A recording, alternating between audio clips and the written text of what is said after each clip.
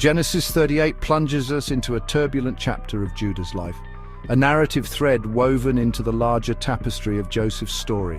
Judah, son of Jacob, finds his family shattered by tragedy. His eldest son, dies. God judges as wicked.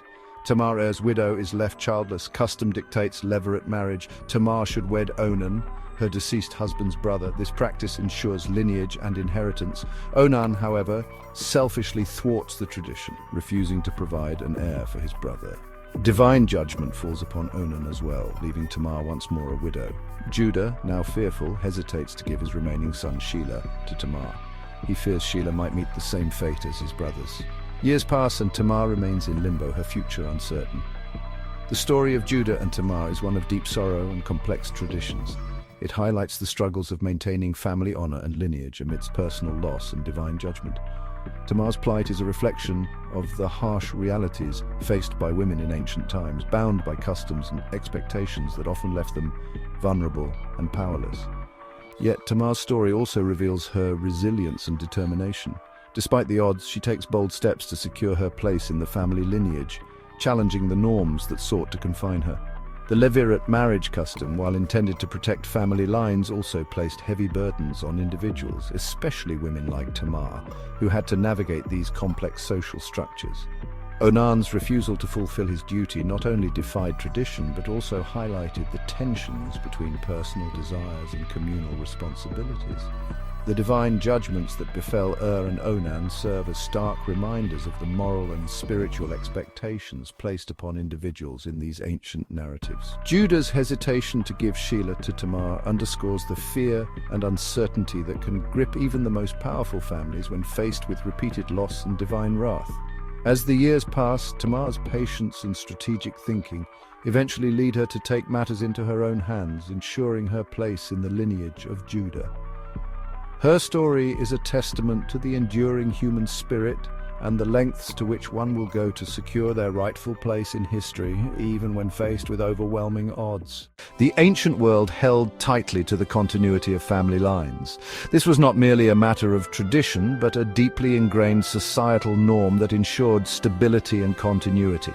The preservation of a family name and lineage was considered a sacred duty, one that transcended individual desires and ambitions. The levirate marriage custom, described in Deuteronomy 25, verses 5 to 6, served a crucial purpose. It was a practice where a man was obligated to marry his deceased brother's widow if the brother died without leaving a male heir. This custom was not just a legal formality, but a moral and social obligation. It ensured the deceased man's name continued. The firstborn son from this union would carry the name and legacy of the deceased, thus preserving the family line and its associated rights and responsibilities. It also provided for the widow's well-being. In a society where women had limited rights and opportunities, the levirate marriage offered a form of social security. The widow was integrated back into the family structure, ensuring she was not left destitute or marginalized. In a patriarchal society, a woman without a husband or sons faced a precarious future. She could easily become vulnerable to poverty and social exclusion. The levirate marriage was a protective measure, ensuring that the widow had a place and a role within the community. The firstborn son from a levirate union would inherit the deceased brother's property. This was not just about material wealth, but also about maintaining the family's social standing and influence within the community. This maintained the family's landholding. Land was a crucial asset in ancient times, tied to both economic stability and social status. Keeping the land within the family ensured that the family's legacy and resources were preserved for future generations. It also fulfilled the dead man's obligation to produce heirs. In many ancient cultures, producing heirs was seen as a fundamental duty, one that ensured the continuation of the family line and its traditions. Onan's refusal to impregnate Tamar was not just a personal transgression. It was a violation of this deeply held social contract, an act that disrupted the social and economic fabric of the community. It was a social and economic offense, depriving Tamar of her rightful place and inheritance. This act of defiance had far-reaching consequences, affecting not just Tamar but the entire community, highlighting the intricate connections between duty, inheritance, and social stability in the ancient world. Judah, initially presented as a man of authority, reveals his flaws as the story unfolds. He is a figure of power and respect, yet beneath this exterior lies a complex character riddled with contradictions and moral failings. After Onan's death, he assures Tamar that Shelah will marry her when he comes of age. Tamar, hopeful and trusting, waits patiently for the promise to be fulfilled, believing in Judah's word. This promise, however, proves hollow. Judah stalls, fearing for his last son's life. He is haunted by the deaths of his older sons and is paralyzed by the fear of losing Shelah too. This fear drives him to break his promise to Tamar. Years later, after his own wife dies, Judah encounters Tamar disguised as a prostitute. Tamar, feeling abandoned and desperate, takes matters into her own hands to secure her future. Unaware of her identity, he engages in a transaction with her, promising a kid from his flock as payment. This act of desperation on Tamar's part reveals the lengths she must go to in order to claim what was rightfully hers. This encounter exposes Judah's hypocrisy. He fails to provide for Tamar's future as his daughter-in-law. Despite his outward appearance of righteousness, his actions betray his true nature. Yet he readily seeks pleasure from a woman he believes to be a harlot. This stark contrast between his public persona and private actions highlights the deep-seated hypocrisy within him. Judah's story serves as a powerful reminder of the complexities of human nature and the often hidden struggles between fear, duty, and desire. Tamar, far from being a passive victim, emerges as a woman of remarkable courage and resourcefulness. She understands the injustice of her situation. Judah has failed to honor his promise. Society offers her little support. In a daring and unconventional move, Tamar takes matters into her own hands.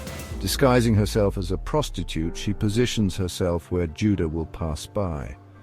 Her goal is not simply to entrap Judah. She aims to secure her place within his family, to claim the lineage she is due. Section 5. The Unveiling, Justice and Confession. Tamar's pregnancy becomes public knowledge. Judah, unaware of his role, reacts with outrage. He condemns her as a harlot and demands her punishment. Tamar, however, holds the key to the truth. She produces the staff, seal, and cord, Judah's pledges from their encounter. Faced with this undeniable evidence, Judah is forced to confront his own hypocrisy and transgression. He acknowledges his failure, declaring, "She is more righteous than I." This pivotal moment reveals Judah's capacity for repentance and self-reflection. Section 6. God's Providence, from Scandal to Salvation. The story of Judah and Tamar is rife with scandal and tragedy, yet it becomes a testament to God's ability to bring forth redemption even from the most unexpected circumstances. Tamar gives birth to twins, Perez and Zerah. Perez, remarkably, is later listed in the genealogy of Jesus Christ, as seen in Matthew chapter 1, verse 3. This lineage underscores a powerful theological point. God's plan of salvation can unfold even through flawed individuals and seemingly scandalous situations. Section 7. Jewish and Christian Perspectives, Ancestor of Kings and Messiah. Jewish and Christian traditions offer unique interpretations of this complex narrative. Jewish commentators, particularly in the Talmud, emphasize Judah's ultimate repentance as a sign of his inherent goodness. They point to his later actions, particularly his willingness to sacrifice himself for Benjamin, as evidence of his transformation. Christian interpretations focus on the inclusion of Tamar and Perez in Jesus' lineage. This connection underscores the universality of God's grace. Jesus' family tree includes not only patriarchs and kings, but also those who defied societal norms and found redemption through unconventional paths.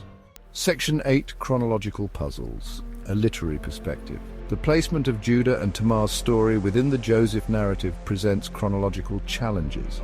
Some scholars suggest the story is an independent unit inserted later. Others propose a more fluid timeline, with Judah's sons marrying young.